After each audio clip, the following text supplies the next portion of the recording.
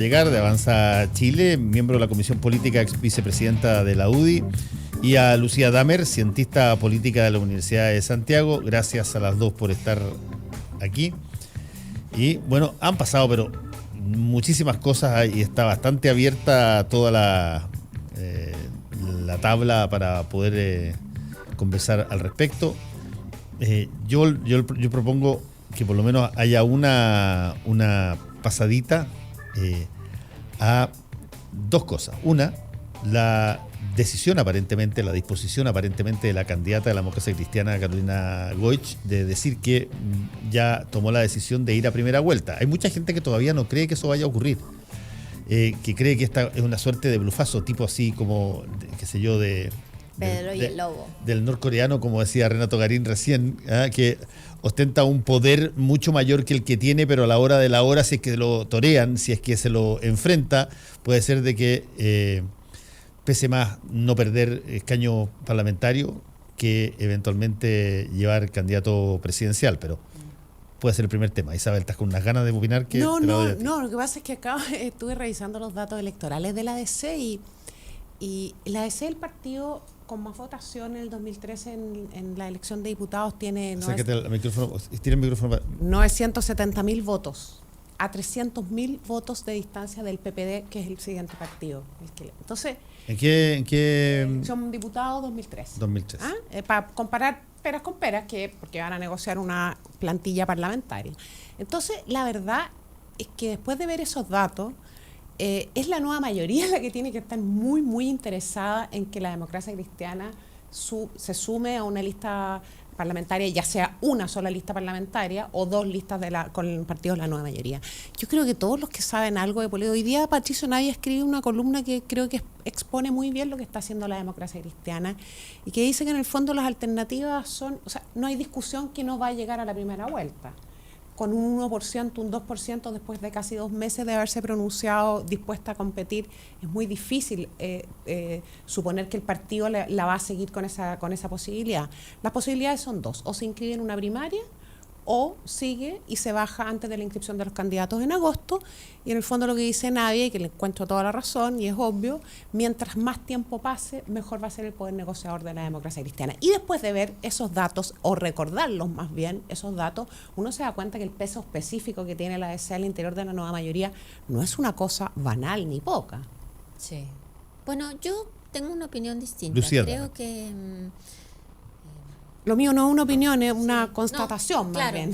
Yo creo que la ADC, sin un candidato presidencial, no va a llegar a ningún lado y va a perder la mitad de los diputados, por lo pronto.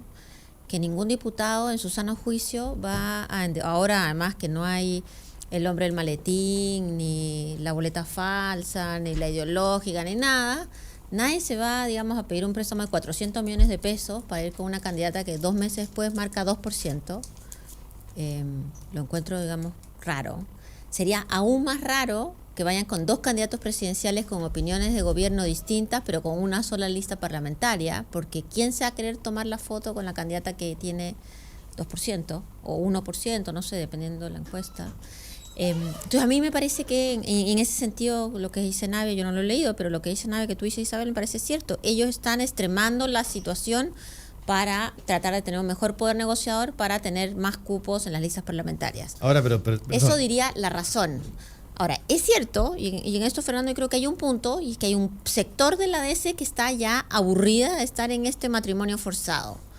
Y ese sector de la ADC puede estar pensando no en el 2018, sino puede estar pensando para después y decir, este es el mejor momento para salirnos de este arroz con mango, como dicen algunos países, que la verdad es que lo único que hacemos es perder votación, perder militantes, tener una percepción. Ya fueron con Orrego para el 2%, Orrego sacó el 3% en la digamos, ya es un partido que es visto, a pesar de su importancia electoral, su importancia en todo sentido, es como un partido como arroz, digamos, como un apoyo.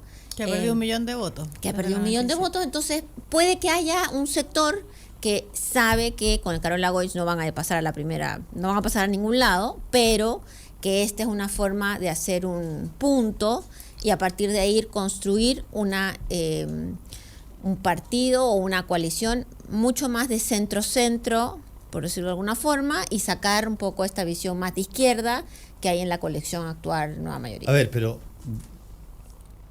si es que los blufeos son parte del juego en algunos lugares. En política, sin duda, se usa blufear.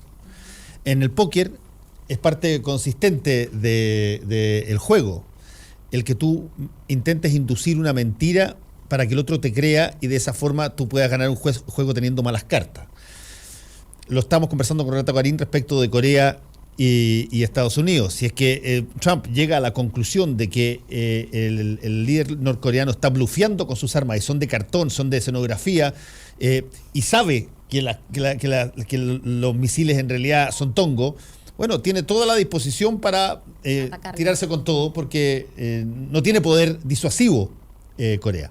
En el caso político, si es que todo el mundo hace el análisis que hace la Isabel o que hace la Lucía Damer hoy día respecto de que esto de tratar de ir a la primera vuelta de Carolina Goich, en realidad todo el mundo sabe que los parlamentarios se van a empezar a correr, su posibilidad real de generar alguna mejor negociación yendo a primera vuelta se diluye mucho antes de siquiera acercarse a la primera vuelta.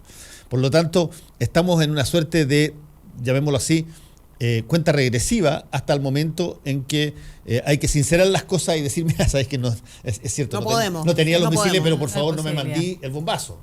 Ya te muestro, no tenía los misiles. Ok, ya, ¿qué hacemos? Pero es que ahí la gran apuesta también, y creo tiene que ver con una cosa fundamental, y que creo que es la apuesta de la democracia cristiana, Perdón, parte de la democracia cristiana. No te había presentado porque llegué un poco más tarde. Porque llegaste un poquitito tarde, y como llegaste un poquitito tarde te podemos castigar, pero Gloria de la Fuente está aquí ya. Muchas gracias, Fernando. No, yo creo que pasa lo siguiente, que creo que la gran apuesta finalmente de Carolina Goich, de su equipo y de parte de la democracia cristiana, que no ha resultado hasta acá, por lo menos en las mediciones mensuales de la encuesta CADEM, digamos que no, o sea, las encuestas semanales, que no ha subido ni un punto o muy poquito en las encuestas. Beatriz Sánchez, que partió mucho más atrás, subió mucho más en las encuestas. Si Carolina Goich eventualmente lograra subir un poco más en las encuestas, la amenaza en la práctica se cumple. Si esto no sucede de que un par de meses más, tiene muy poco sentido. Ahora, yo sí creo que en la democracia cristiana hay gente que está pensando no en esta elección presidencial. Hay gente que está pensando en volver a la lógica de los 3/3 para poder recuperar para la democracia cristiana un espacio que perdió sistemáticamente en los últimos 25 años. Hablábamos de 1 millón de votos que ha perdido en los últimos años. Ha perdido fuerza parlamentaria, pero además ha perdido cierta identidad también, que es cierto. Y eso no tiene que ver tanto con estar en la coalición como con que tengo la impresión que el centro político en Chile se corrió más hacia la izquierda. Hoy en día el votante medio chileno no es un votante que necesariamente comulgue con los conceptos, con la ideología o con aquello que representa la democracia cristiana, que sí era a principios de los 90. Yo creo que estaba muy marcado, digamos. Hoy en día creo que la sociedad chilena ha cambiado y aquello que representaba como centro de la democracia cristiana ha tendido a cambiar, a moverse un poquitito. Y entonces creo que tiene el partido dos desafíos. Uno, poder efectivamente tener alguna masa ideológica o representar algo que hoy en día es medio difuso. Conviven en la democracia cristiana sectores muy conservadores con sectores un poco más progresistas. Y luego creo que para el futuro efectivamente ver si es posible constituir una tercera alternativa más de centro, considerando esto que me parece que es más o menos clave, que el centro político se corrió. Déjame usar una metáfora publicitaria de esas guerras entre productos que son antológicas. Yo me acuerdo un aviso, creo que era en las dos páginas centrales del New York Times, de la portada gigante, donde era un aviso de la Pepsi Cola, que Pepsi Cola aquí en Chile es bastante menor que la Coca-Cola. Pero en Estados Unidos la batalla entre Pepsi Cola y Coca-Cola son de dos titanes gigantescos. Y este era un aviso gigante que decía, esto fue 3 días o 4 días después de que la Coca-Cola anuncia que cambia la fórmula de la Coca-Cola. Sí. ¿Te acuerdas? Alrededor de los 80. Sí. Cambia la fórmula de la Coca-Cola. Y sacan el momento más alto de la guerra entre las dos marcas. Y la Pepsi saca un aviso a 2 páginas en el New York Times que dice, durante 60 años, por inventar, no me acuerdo exactamente el número, nos hemos estado mirando fijos a los ojos. Ayer uno de nosotros pestañeó. Claro. Que es cuando la Coca-Cola decide cambiar la cosa. Y me acuerdo un poquitito de esta situación porque dentro de la democracia cristiana, desde hace 30 años, por lo menos que yo recuerdo, 40 años, de que yo recuerdo y he reporteado, han habido dos fuerzas extraordinariamente potentes, una más conservadora y otra más progresista, más de izquierda, si tú quieres, o cercana a la izquierda, los chascones, los guatones, como tú quieras llamarlo, que han estado disputándose el poder al interior de la democracia cristiana. Yo cuando veo que Ricardo Ormazábal no se refichó en la democracia cristiana, me acordé del spot de la Pepsi Cola. Durante tanto tiempo nos hemos estado mirando los ojos. Ayer uno de nosotros pestañó y yo que entrevisté a Ricardo Ormazábal hoy día en la mañana, él dijo sí, yo creo que nos ganaron. Nos ganaron, los más conservadores del partido ganaron el partido. Yo quiero agregar algo. La Gloria tiene razón. La política se corrió hacia la izquierda fundamentalmente en el 2013, ¿verdad? Cuando la nueva mayoría se conforma como una gran fuerza de centro-izquierda. En ese entonces me acuerdo que quienes mirábamos la política decíamos que el factor disociador de más conflicto en este gobierno, el gobierno que estamos viviendo hoy día, iba a ser el PC.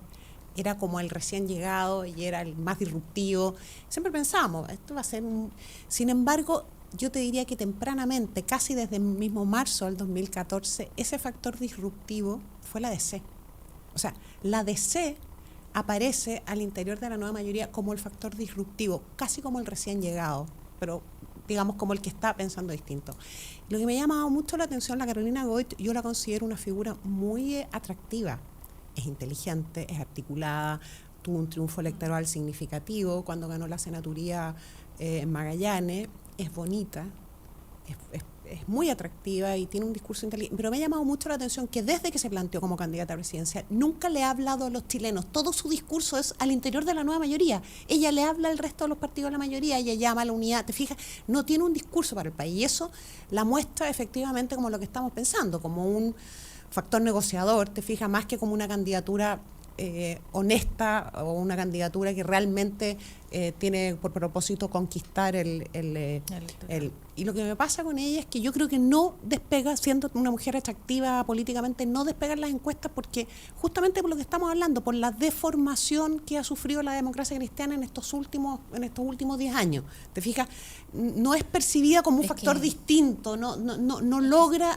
Está difícil despegar cuando tú eres representante de este gobierno, yo Exactamente. creo. Porque Guillé ha logrado, en algún sentido más estratégico, decir que quiere más reformas, pero hay más o menos reformas, y un poquito de reformas, y menos reformas, y la gente siente que está ahí, pero que no está ahí.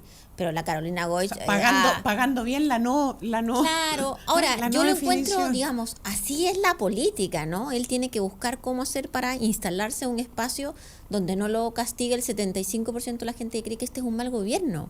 Y lo que pasa con la Carolina Goich, que yo comparto que es una gran candidata, probablemente en un futuro, tiene un gran futuro en su futuro, es que hoy día ella ha sido más bien una persona que ha estado permanentemente tratando de buscar una mejor forma de gobernar, tiene dentro de gente de su partido al ministro del Interior, digamos, o sea, tiene representantes que están en el gobierno, entonces le cuesta mucho levantar imagen, porque, que tiene un pequeño pedazo de piedra en la cabeza. Yo creo que ahí ha sido mucho más inteligente Guillé. Lo mismo le pasó al presidente Lagos, digamos, si tú lo ves, en parte cuando hablamos la semana pasada, cuando él sale y habla a dar la cara cuando pierde Carola Toa, cuando sale a dar la cara en un montón de circunstancias, todas esas cosas son pasivos que la gente todavía no termina de madurar, tal vez en la próxima elección la gente madurará y entenderá, pero por ahora su partido además está bastante, es mucho menos disciplinado que el PC. Yo tengo la impresión que el problema con la democracia cristiana y con Carolina Goich es otro que tiene que ver netamente con la situación interna. Creo que tiene menos que ver con el gobierno en general. Y lo voy a decir tal vez muy brutalmente, pero yo creo que el gobierno a estas alturas, en la contienda presidencial al menos, bien irrelevante. Sí. Es relevante para lo que es queda. Es relevante en cuanto a costo. O sea, pero es relevante en cuanto a lo que queda de agenda legislativa. Lo del triunfo de ayer, o sea, habría sido un tremendo golpe para el gobierno si no logra aprobar la idea de legislar sobre una de sus reformas emblemáticas. Convengamos eso. O sea, pero en términos de la agenda electoral, yo tengo la impresión de que es cada vez menos relevante y va a seguir siendo cada vez menos relevante. Por lo tanto, si los candidatos de la nueva mayoría o el centro izquierda o el referente que quede después de esta situación de peleas y dimes y diretes para adelante, creo que el gobierno no va a ser un factor relevante. Es más, tengo la impresión de que Alejandro Guillé, por ejemplo, a propósito de que el Partido Socialista lo ha proclamado, ha sido mucho más cuidadoso en torno a tal vez ni siquiera referirse al gobierno. ¿Por qué? Porque para el Partido Socialista es muy complejo que su candidato proclamado empiece a hablar muy mal de su propia presidenta. Sí. O sea, en el Partido Socialista hay una defensa cerrada en torno a la figura de la presidenta Bachelet. Entonces, no va a ser posible aguantar ningún desaire al gobierno de la presidenta. Entonces, yo tengo la impresión, y ahí termino con eso, que respecto al gobierno en general, el discurso de los candidatos es menos relevante. Sí pasa a ser mucho más relevante cuán complejo puede ser la situación al interior de los partidos en esta etapa. Yo creo que esta etapa va a ser hasta julio o hasta agosto, dependiendo si hay primaria o finalmente llegamos a la inscripción de candidatura. Más allá de eso, no creo. Y el desafío entonces de la Carolina Goich es finalmente lograr, más allá de los sectores conservadores o más progre al interior de la democracia cristiana, tener un discurso coherente hacia adelante, que permita mantener la unidad. Y para mantener la unidad al interior de la democracia cristiana, es un poco complejo con agendas en el fondo que encuentran o que en el fondo generan contradicción. Perdón, pero hay un punto, me quedo dando vuelta a algo que decía Isabel, que rasca bien, como decía un amigo mío, pero rasca donde no pica. Y que tiene que ver con la izquierdización, si tú quieres, de lo que tú decías, la democracia cristiana, entre otros, junto con lo que ha sido la política. La política ha sido... Es cierto, yo creo que hay posturas más radicales, hay más decisión en enfrentar situaciones que antes se veían como parte de un statu quo racional y que hoy día no se consideran así.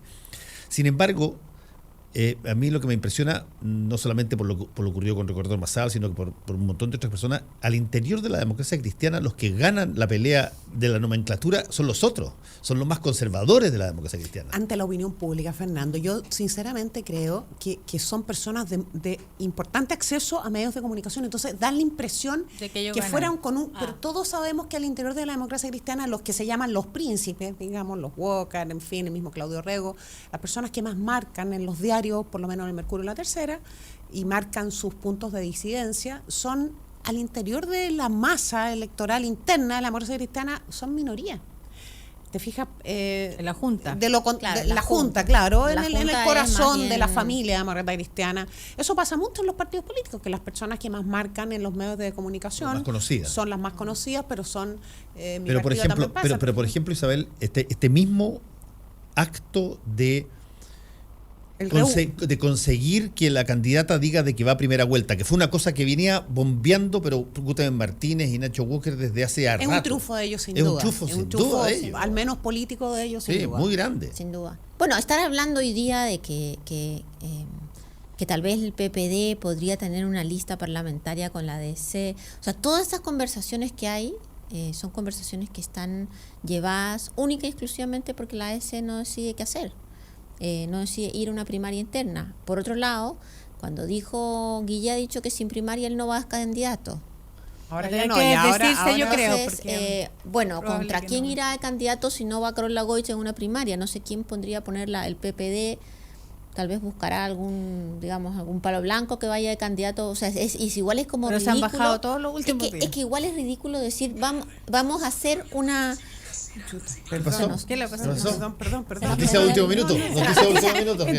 También viene. Yo encuentro ridículo decir que la primaria per se es una buena cosa, porque en definitiva, si tú no tienes dos candidatos, por lo menos el mecanismo se invalida. Sí. Y además si tienes dos candidatos con una contendencia igual, porque yo creo que finalmente la democracia cristiana decide no ir a esta primaria, entre otras cosas, no solamente porque la candidata vaya marcando un poco en las encuestas, pero uno podría pensar que incluso puede subir, porque toda la maquinaria partidaria está detrás de Guillé. De los 6 partidos al interior de la coalición, 5 van a estar con Alejandro Guillé y solo 1, la democracia cristiana, con la candidata. Entonces la contienda claramente es desigual. ¿El PP tú crees que vaya con Guillé?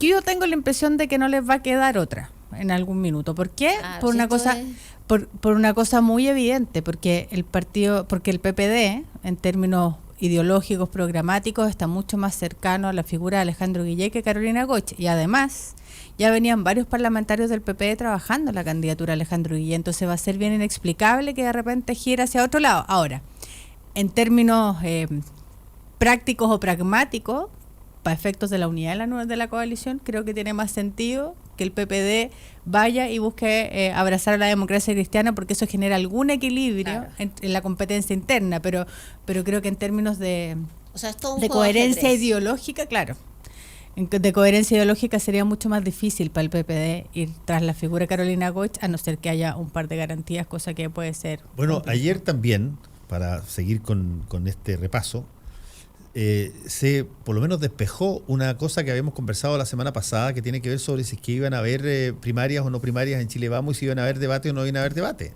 Porque por lo menos me quedó claro, Isabel, que van a haber primarias y van a haber debate. Por supuesto. Siempre la discusión es una discusión primero legítima de los partidos, de evaluar la situación de Chile Vamos a la luz de lo que estaba pasando en la nueva mayoría. Me parece, yo estoy de acuerdo con las primarias, pero me parece bien que los partidos se lo planteen. No sé si era el momento más propicio para plantearlo la semana pasada, pero en fin. Y yo sabía que Sebastián Piñera siempre ha dicho que está dispuesto a ir a primaria y que está sometido a la decisión de los partidos políticos, porque él es un candidato proclamado por Renovación por 3 partidos políticos de Chile Vamos, ¿te fijas?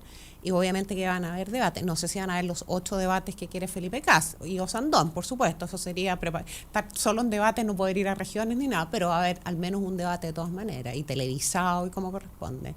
Y eso la verdad es que yo pienso que fue muy bien, estuvo muy bien que Sebastián Piñera hubiera planteado expresamente eso, porque despejó las dudas o los pretextos a partir de los cuales especialmente Osandón, te fijas, estaba saliendo no quedó conforme con la respuesta ayer, en todo caso, igual siguió pegando, pero me parece muy bien. Ahora, a mí me gustan las primarias. Sin embargo, también creo que una primera vuelta en un sistema como el nuestro, que tiene una segunda vuelta electoral, también es una primaria interesante, ¿te fijas? También no es malo pensar que todos los candidatos fueran a primera vuelta, entendiendo que va a haber una segunda opción, ¿te fijas? Una segunda vuelta. Entonces tampoco es tan descabellado. Yo estoy totalmente de acuerdo contigo. Creo que una primera vuelta es un buen instrumento para medir. Si el único problema que nosotros tenemos, Isabel, es que es simultánea la elección de presidente con la elección del Parlamento. Y por lo tanto los parlamentarios miran, calculan y ven qué tanto tienen que ser fieles al candidato de su partido o qué tan rápido lo tienen que traicionar. Mira, nosotros tuvimos una experiencia en la UDI el año 2005. El año 2005 la centro-derecha fue con 2 candidatos presidenciales, sorpresivamente se para en mayo del 2005, Piñera y Lavín, ¿no? Sebastián Piñera y Lavín. Tuvimos una experiencia y fue una experiencia difícil para los candidatos a senador y diputado de la UDI. Porque no toda la UDI votó después por Sebastián Piñera. No solamente, pero ese era un tema. Si el tema no era solamente cómo votabas el día de la elección, el tema es con quién te ponías en la fotografía, cuando ibas a la feria, con quién hacías casa a casa. Porque la política, les quiero decir, además de los diarios, de estar aquí nosotros y todo, la política se hace con un trabajo metódico y disciplinado, ya lo sabe, que se llama casa a casa, que se llama encuesta, que se llama feria, en fin, y eso se hace con instrumentos. Y el instrumento más importante es el candidato presidencial. Entonces, cuando muchos candidatos, no todos, de la UDI veían en algún momento que la candidatura de Joaquín Lavín estaba de alguna forma debilitándose, obviamente por la irrupción de un candidato muy fuerte como Sebastián Piñera, empezaron a sacar la foto de Lavín y fueron a hacer casa a casa solos. Ninguno se atrevió a ir con la foto del candidato del otro partido, pero solos. Y eso ya le iba, fija, un círculo vicioso, le empieza a quitar presencia al candidato presidencial, que el candidato presidencial, les quiero decir, que depende del despliegue de los candidatos al Parlamento. ¿Cómo va a hacer campaña Alejandro Guillé? ¿Por qué a Alejandro Guillé le interesa hacer campaña con la democracia cristiana? Porque es la bancada de diputados más grande, ¿te fijas? Y de esa forma se garantiza, por decirlo de una forma, puntos de presencia en cada uno de los distritos, al menos donde hay un diputado democrático cristiano hoy día. Sobre todo cuando los incumbentes voy a decir una cosa horrible, pero horrible por la vinculación, pero son fuerza de venta para un candidato. Sí, no, yo voy a decir otra cosa horrible. Vamos a hacer un pequeño pausa y ya volvemos. Vamos a buscar plata. Aquí. No te separes de la 92.9. Ya regresamos con más opinión y debate en Combinación Clave. Quédate en la clave. De lunes a viernes de 7 a 8 de la mañana. Todo lo que hay que saber para empezar bien informado la jornada. Chile y 10 países latinoamericanos rechazan muerte de 6 manifestantes en Venezuela. Firmaron gobiernos de 11 países pidiendo evitar cualquier acción de violencia por parte de Maduro y que la oposición ejerza con responsabilidad su derecho a manifestarse. Jorge Echar crea comisión anticorrupción para fiscalizar la municipalidad de Valparaíso. El organismo fiscalizador estará compuesto por representantes de organizaciones sociales de la comuna y revisará contratos, licitaciones y la administración de los recursos. En los últimos 10 años, actualmente la ciudad presenta un déficit cercano a los 6.000 millones de pesos. La ley no es eutanásica, eso yo lo comparto, sino que se pretende que los municipios hagan campaña de esterilización de perros callejeros. Esto con respecto a la nueva ley Cholito. Habló el veterinario de la Universidad de Chile, Eugenio Aguiló. Diario Clave. Revisión de noticias, datos, servicio y todo lo que necesitas saber para comenzar la jornada bien informado. De lunes a viernes de 7 a 8 de la mañana. Solo por la 92.9. Somos información. Somos la clave. Hora Clave. 10 de la mañana. 1 minuto. 92.9. Somos como tú. Somos la clave. Si tú eres de las que se preocupa de dar lo mejor a tu familia, la que da su receta por Facebook, la que da sin esperar nada a cambio, la que da ideas para el fin de semana, la que da consejos por WhatsApp, la que da orden y malcría, la que da permiso, la que da su hombro, la que da amor... Entonces, dale Manantial a tu familia, porque darles agua purificada les hace bien. Manantial no contiene cloro, es libre de sodio y es 100% pura. En Manantial, despachamos gratis toda la pureza y frescura que merece tu familia. Contáctanos al 600-427-2200 o solicítalo en manantial.com. Manantial es vida.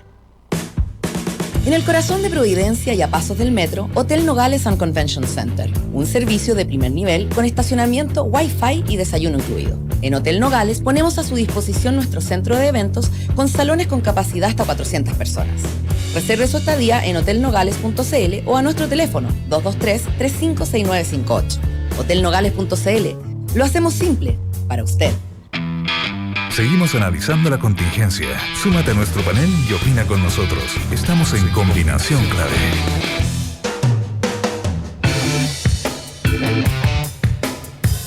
Volvemos al panel. Estamos con Gloria de la Fuente, estamos con Isabel Pla, estamos con Lucía Damer. Bendito sea yo entre todas las mujeres. Y estas mujeres, Fernando. El mejor panel de la semana. No son cualquiera. Algún día los vamos a mezclar con el panel de los viernes para que... No, ahí viene Gonzalo Blumen. Viene Gonzalo Blumen, viene Pancho Vidal. Llega agotado. Roberto Fantuzzi y Tomás Hirsch. Pero es una... Es de viernes. Club de Toy. Es de viernes. Es entrar a lo que antes se llamaba la Casa de Orates. Pero es muy intenso, pero es entretenido. Es muy entretenido, es absolutamente impredecible. Ustedes son ordenadas, ustedes son disciplinadas. ¿No estáis diciendo que somos fome? No son fome, pero son personas que se dejan hablar, se escuchan algo se escuchan.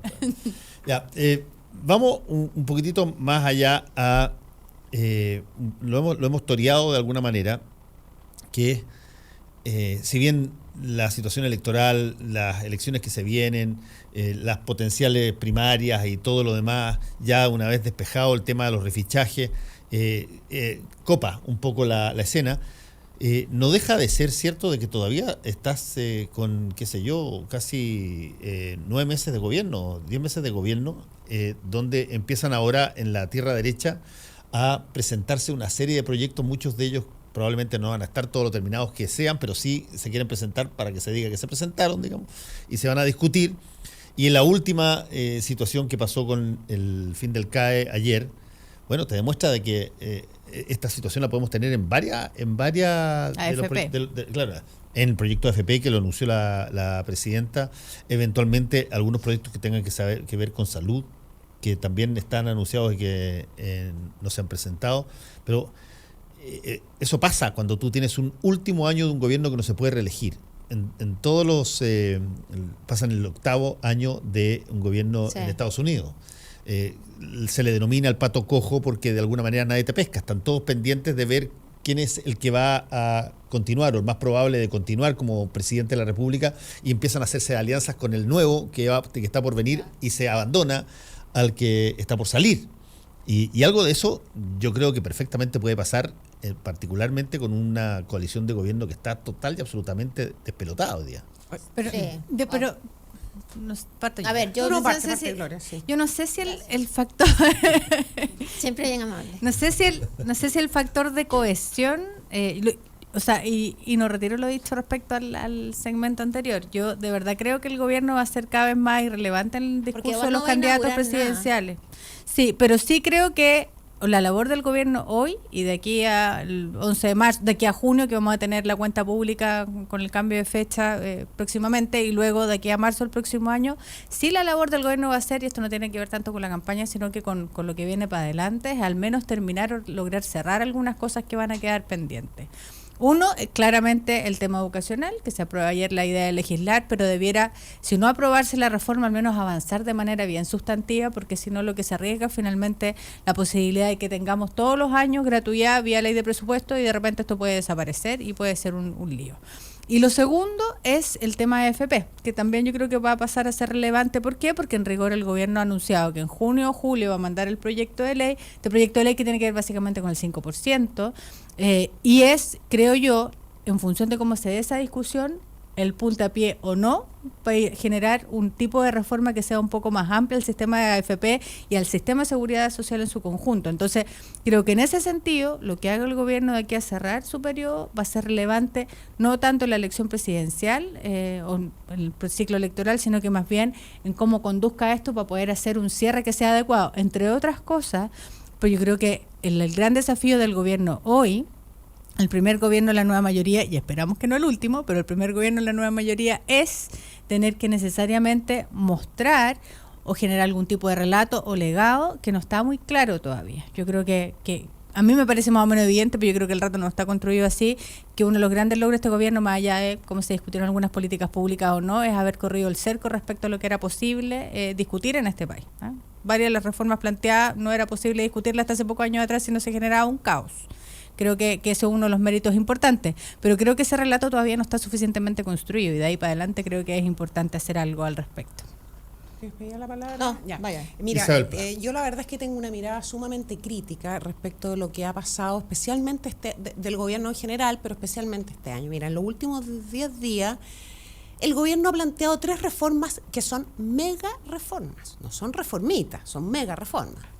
Primero, una reforma constitucional que manda al Congreso con altísimas posibilidades de que no se apruebe y que además, más que ser una reforma constitucional en sí mismo que proponga un nuevo texto, que camine hacia ese centro, porque todavía no sabemos efectivamente cuál es la constitución a la que aspira, es una reforma de una reforma. Segundo, una reforma previsional de la cual tampoco conocemos un texto todavía. Yo entiendo que no era una prioridad y que es un tema que surge, lo entiendo perfectamente, pero anuncia una reforma y dice que en varios meses más va a mandar un texto. ¿Te fijas? O sea, tampoco tiene claridad de la reforma previsional que quiere hacer. Y luego una reforma a la educación superior que para asegurar la aprobación en sus bancadas promete un sistema de crédito que es exactamente igual al sistema de crédito que mandó Sebastián Piñera el año 2012 y que fue retirado por este gobierno, un proyecto que por cierto avanzó en tramitación hasta marzo-abril del 2014 cuando el gobierno lo retira. Entonces, lo que a mí me pasa es que veo un gobierno, la verdad es que en vez de estar haciendo un cierre que abroche reformas, las reformas emblemáticas que comprometió, que a mí no me gustan, que muchos chilenos, la mayoría de los chilenos rechazan, pero que ellos propusieron, en vez de estar haciendo eso, lo que vemos es un gobierno como dando palos de ciego, forzando la agenda legislativa, forzando a sus parlamentarios, ¿te fijas?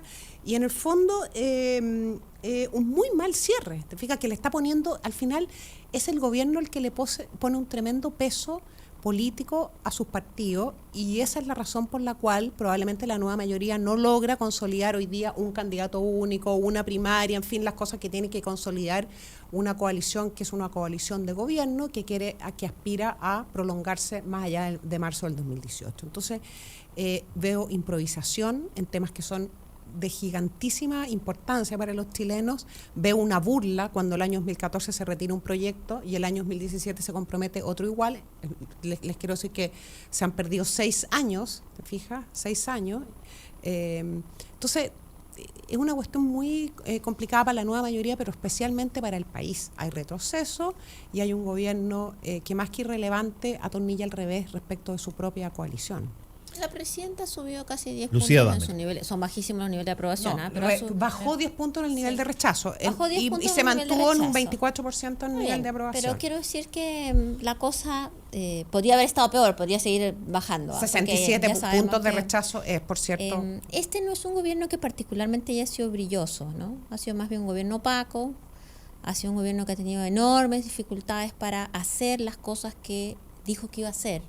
Concuerdo con lo que dijo Gloria, puso temas en la agenda, pero eso no es suficiente y por eso es que está con este nivel de rechazo. A mí sí me parece bien riesgoso que el gobierno termine. Los gobiernos sí pueden apuntalar nuevas campañas electorales cuando tienen inauguración. No hay que olvidarse del presidente Lagos cuando era ministro de Obras Públicas, que se pasó mucho tiempo inaugurando obra, mostrando resultados. Ya la gente, yo no sé si le convence decir, bueno, el gobierno está dejando 30 leyes en discusión. No, eso no la tiene gente sentido. como que ¿cuál es la agenda de gobierno en los próximos 9 meses? Tiene una gran agenda legislativa.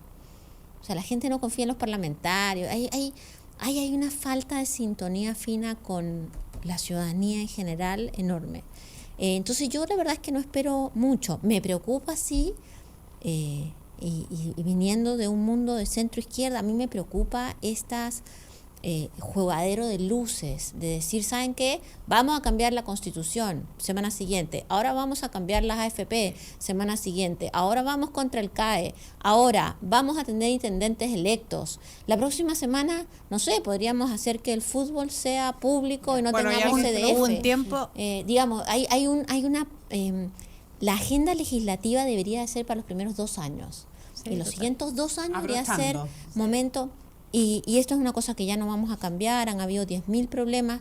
Yo sí creo que el tema, por ejemplo, del Servicio de Impuestos Internos, de la noticia que no se va a querellar, va a ser un tema que es una mala tarde noticia. O temprano va a repercutir en el gobierno, porque además a la alta dirección pública está sirviendo de poco y de nada. Los cambios son enormes en algunos cargos importantes, entre ellos Servicio de Impuestos Internos. Entonces hay una serie de cosas que complejizan y que no van a ayudar necesariamente a fortalecer un cierre. Dicho eso, vamos a ver, ya está diciendo el Partido Comunista que ellos son leales pero no obsecuentes. Vamos a ver cómo ellos se empiezan a comportar también respecto a algunas de estas propuestas de ley que vayan a salir. Que más que propuestas de ley son, o sea, yo encuentro increíble que 4 años después la presidenta Bachelet fue electa con una agenda que le daba total apoyo para hacer ciertos cambios. Con mayoría después, en ambas cámaras. Con mayoría en ambas cámaras. 4 años después, ¿con qué nos quedamos? Con la idea de legislar. Quiero decirte que las universidades públicas, yo soy profesora en la Universidad de Santiago, el descontento va de profesores hasta todo el mundo. O sea, no hay nadie que haya quedado contento. Y muchos de los que están descontentos son alumnos que hoy día van gratis. Si lo insólito es eso. Sí, yo estoy en eso estoy Gloria de acuerdo, porque creo que efectivamente no abrocha. Y lo peor va a ser es que quede esto abierto. Ahora, habría sido ya una derrota total y absolutamente monumental si ayer ni siquiera se aprueba la idea de legislar por los propios parlamentarios de la nueva mayoría. Esto por lo menos abre la puerta para la discusión, aunque uno sabe que efectivamente hay una dificultad grande en estos meses para poder llegar a algún acuerdo, poder legislar la reforma en su totalidad. Pero sí, estoy de acuerdo en eso. Yo creo que hay una discusión respecto al relato, respecto a cómo el gobierno va a cerrar el próximo 1 de junio a propósito del discurso ante el Congreso, lo que ha sido su obra de ahí en más, hasta dónde se claudica para poder seguir discutiendo cosas. Yo creo que además hay tal vez una lección mal aprendida de lo que fue la experiencia de los gobiernos de la concertación. En algún minuto yo creo que era posible plantearse ganar perdiendo. Y la concertación decidió nunca hacer eso. Es decir, mandar un proyecto de ley al Congreso, sabiendo que en el fondo no tenía la fuerza política suficiente, pero instalar una bandera respecto a lo que tú o a tu idea de país. La concertación no decidió eso, sino que decidió en muchos casos mandar proyectos de ley que tenían más o menos la posibilidad de ser aprobados por la concertación y por supuesto que iban a ser aprobados por la derecha. En esta oportunidad, donde el gobierno parece que sí efectivamente quiere correr el cerco, entonces quiere poner la bandera de ganar perdiendo, no resulta. ¿Por qué? Porque estamos en un contexto que es muy adverso para el gobierno, estamos en un contexto de coalición que es muy complicado para manejar, de mantener la cohesión, entonces creo que hace muy complicada esta situación. Así que sí, de acuerdo con eso, ojalá y lo que prime sea cierta racionalidad respecto al debate. La presidenta ya anunció en enero pasado cuál iba a ser la prioridad legislativa. El punto es que uno sabe que a veces las discusiones en el Parlamento tienden a enredarse más de la cuenta, y cuando se enredan más de la cuenta, finalmente no es posible terminar. Cuando tienes un Parlamento que está haciendo cálculos todo el día de cómo me renuevo, es mucho más difícil hacer colocar proyectos que eventualmente llegan a última hora y que son tutelares. Y además de agosto para adelante los parlamentarios van a estar en campaña. Los gobiernos son también, tienen no solamente una impronta política, por supuesto que así tiene que ser, también tienen una impronta personal de sus líderes. Yo lo que noto, no la conozco, probablemente la Gloria tiene más antecedentes, pero yo noto a una presidenta Bachelet que, a pesar de que este es un segundo mandato y tiene un bagaje de lo que significa conducir un gobierno, yo la noto muy distanciada de su coalición, ¿te fijas?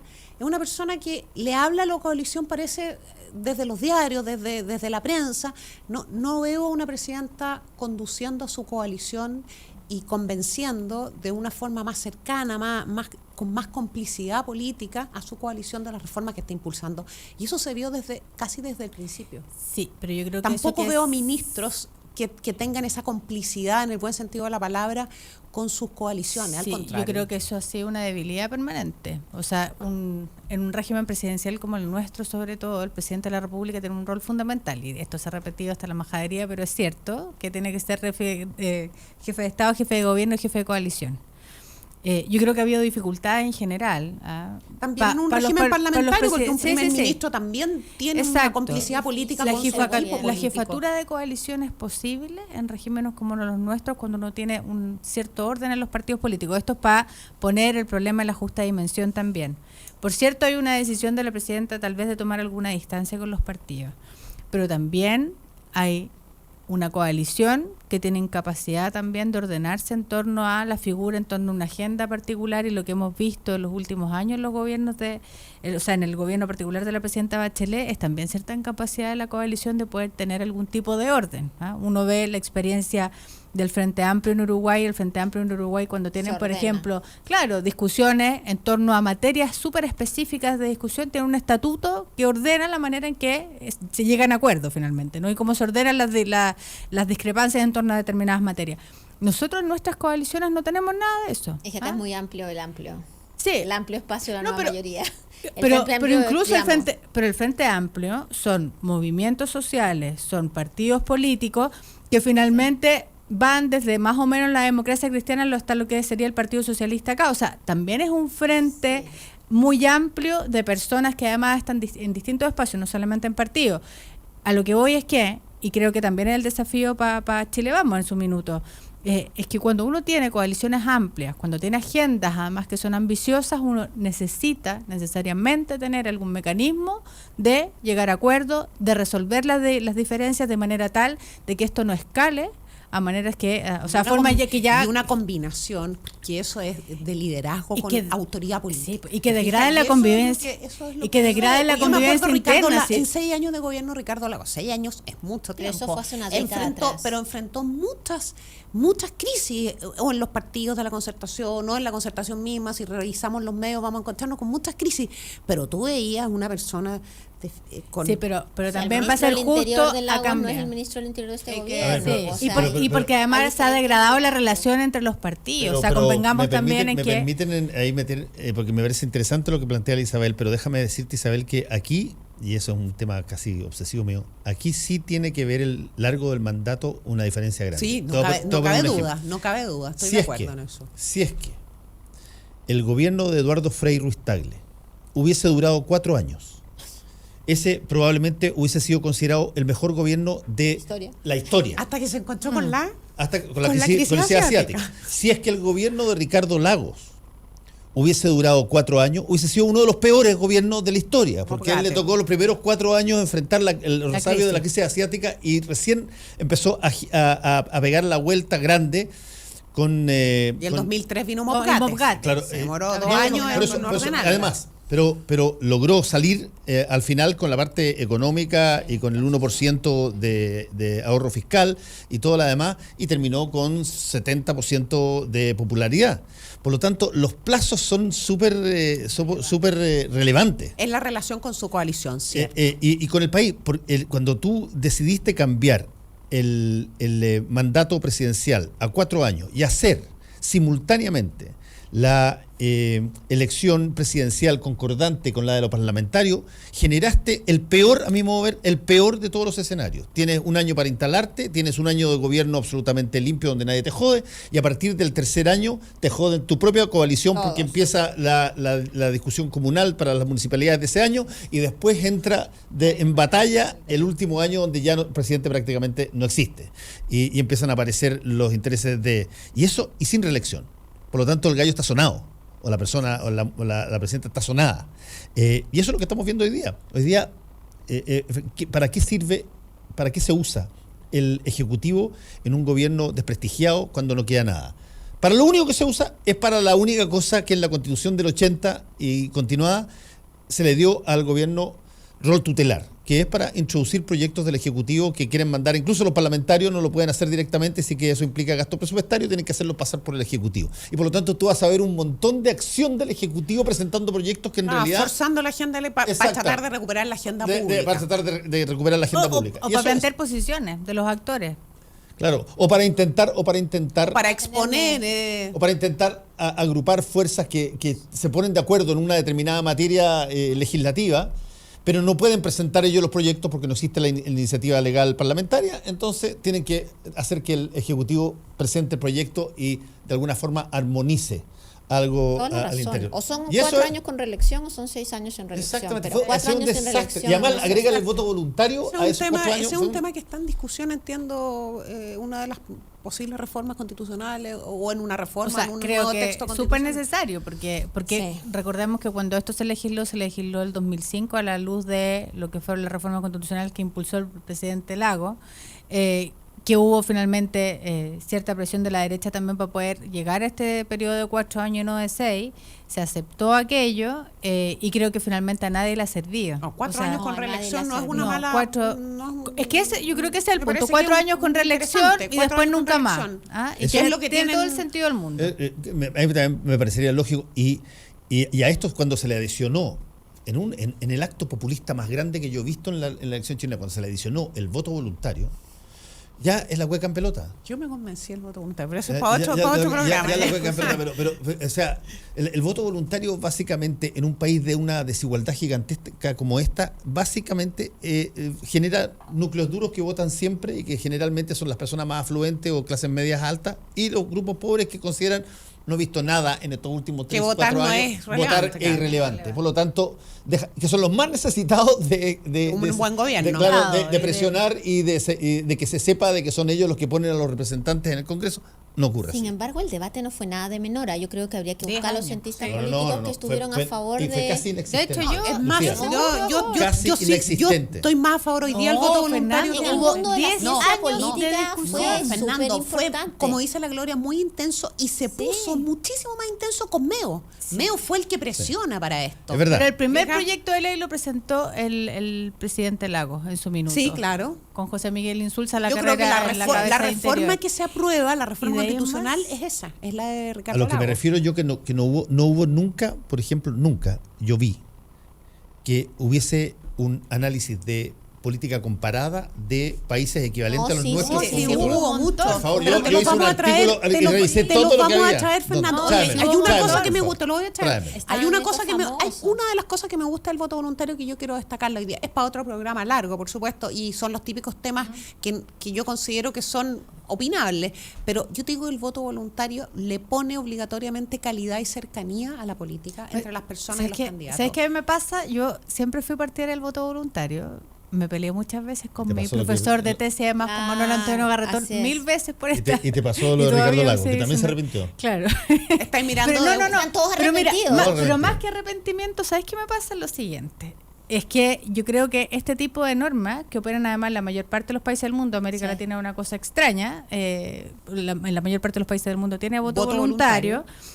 Me pasa lo siguiente, que este tipo de normas, creo yo, funcionan en contextos determinados. Nosotros legislamos los últimos 5 o 6 años, voto voluntario, restricciones a las plata de campaña electoral, restricciones a las formas de hacer. Entonces, todos estos cambios al mismo tiempo solo han tenido como resultado alejamiento total del electorado respecto a los procesos electorales, poco entusiasmo en general. Entonces, sigo teniendo dudas, tal vez porque soy muy porfiada, pero sigo teniendo dudas sobre la voluntariedad del voto en un contexto como el que nosotros legislamos, que finalmente fue la peor noticia en términos de lo que iba a resultar. Me van a decir ahora, yo sé que soy una liberal acérrima, que me he cambiado de bando, que he traicionado mis principios fundamentales. Pero si tú avanzas a un debate político más populista, avanzas a un debate político donde los partidos políticos importan menos, donde finalmente el último que sale abrazado del último cantante o actor de reggaetón o cantante de reality, etcétera, que son cosas que antes uno las decía como a los países bananeros, pero ahora no se olviden que tuvimos a DJ Méndez candidato en Valparaíso. El voto voluntario, mejor dicho, el voto obligatorio abre la puerta también para unas elecciones a todo color, ¿ah? Entonces creo que es un debate que hay que dar. A mí sí me parece que es importante que la gente vote. Sí, el problema totalmente. Es que cuando la obligas a votar en contra de su voluntad porque no se siente representada, entonces sale a votar como, bueno, por la chicholina, por lo que sea, porque igual siente que la política no le va a hacer. Pero hay un punto súper relevante que también es como para otro programa, pero que tiene que ver con cómo nosotros hacemos reformas al sistema democrático en general, pero que sean coherentes entre sí. Yo creo que no hemos acostumbrado a hacer reformas por presión, porque las reformas pero esa reforma es incoherente. Las reformas de probidad, que yo creo que sí van a ser un legado de este gobierno, aunque no todos los proyectos son de iniciativa del gobierno, muchos venían de antes, pero es un legado. Y yo creo que esas reformas tal vez habrían tenido una lectura distinta si no se hubieran dado en el medio de varios escándalos. Pero además, por otra parte, me pregunto, si no hubiera habido esa presión pública de esos casos, tal vez nunca hubiéramos legislado, nunca hubiéramos logrado despachar. Puede ser. Pero por el voto voluntario, yo insisto en la calidad de la relación entre el político o el aspirante a político y el elector. Yo soy de la generación. Yo estoy en política activa desde el año 91, 92, y yo soy de la generación de las campañas en donde el gallo especialista en campaña te decía, pero ¿qué importa? Si lo importa es que logremos la cobertura en la calle total, que la gente que va en la micro te mire. Y yo que venía con estos sueños maravillosos por los cuales uno entra a política y uno quería estar con la gente, debatir, conversar, te decían, pero ¿qué importa? O sea, si lo que importa es cuánta paloma hay en la calle, en definitiva.